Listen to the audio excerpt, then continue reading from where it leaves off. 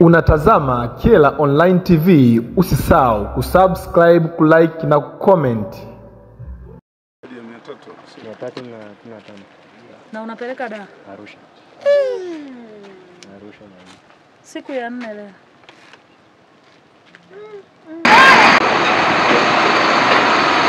Niko Njombe, eneo moja linaitwa Luponde, kwenye mradi tunaita Lusitu Itoni, maarufu kama Lusitu Itoni.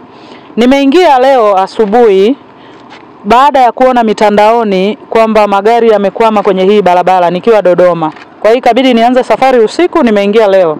Na nilipofika mjini ikabidi nianze safari ya kuja huku kijijini kwa ajili ya kuangalia hii changamoto. Kiukweli nimekutana na magari yamekwama, na kuna magari yana siku 3, kuna magari yana siku 2, lakini magari mengi yamepakia viazi ambavyo ni mali kuoza. Naweza kusema neno moja. Nimeumia sana kwa sababu huu mradi ni wa muda mrefu. Ni toka utawala wa Magufuli ndio alianzisha huu mradi.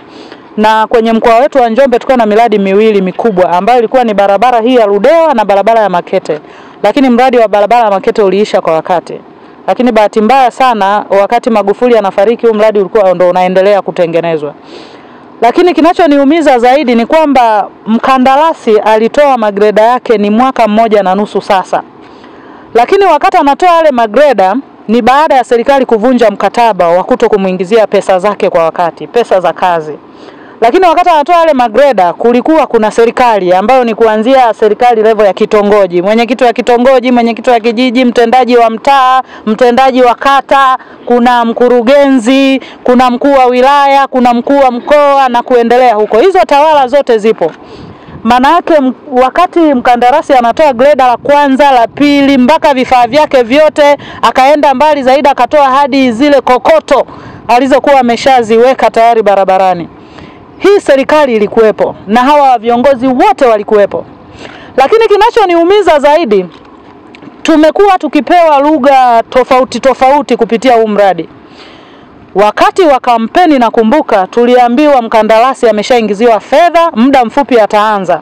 Sisi hoja yetu ikawa issue sio kuingiziwa fedha, mpaka mkandarasi atoe magreda. Na mimi ninavyojua issue za ujenzi wa barabara kama huu ni mkataba. Ina maana mpaka mkandarasi alivyotoa magreda, manake serikali ilivunja mkataba. Na kama ilivunja mkataba, manake lazima kuna gharama huyu mkandarasi ameingia. Hofu yangu ni kwamba huenda tena mkandarasi akatushtaki tena kwa kuvunjiwa mkataba. Lakini basi niseme neno moja. Mimi wito wangu kwa serikali, niko huku site leo.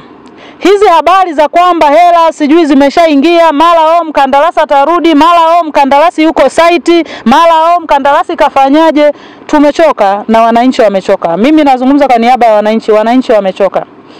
Tumetoka na msimamo mmoja. Mimi binafsi kama mwakilishi wa wananchi naipa serikali mwezi mmoja.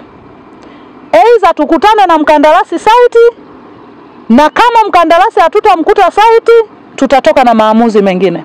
Kama mradi unaanzishwa, maana yake kuna bajeti ya huo mradi. Sasa unajiuliza, mradi ulianzishwa na bajeti ilitengwa na bunge lilipitisha. Sasa hiyo bajeti imeenda wapi? Hayo majibu yanatakiwa watupe serikali ya Chama cha Mapinduzi. Hii ni mbaya sana. Hali ni mbaya sana, magari hayapiti, hakupitiki. Kwanza hata huyo mkandarasi hata akirudi leo bado hali ni mbaya kwa sababu miundombinu aliyokuwa ameitengeneza wakati mradi unaanza nayo imeharibika. Kwa kifupi, mradi wa Njombe Ludewa unaenda kuanza upya. Unatazama Kyela Online TV, usisahau kusubscribe, kulike na kucomment.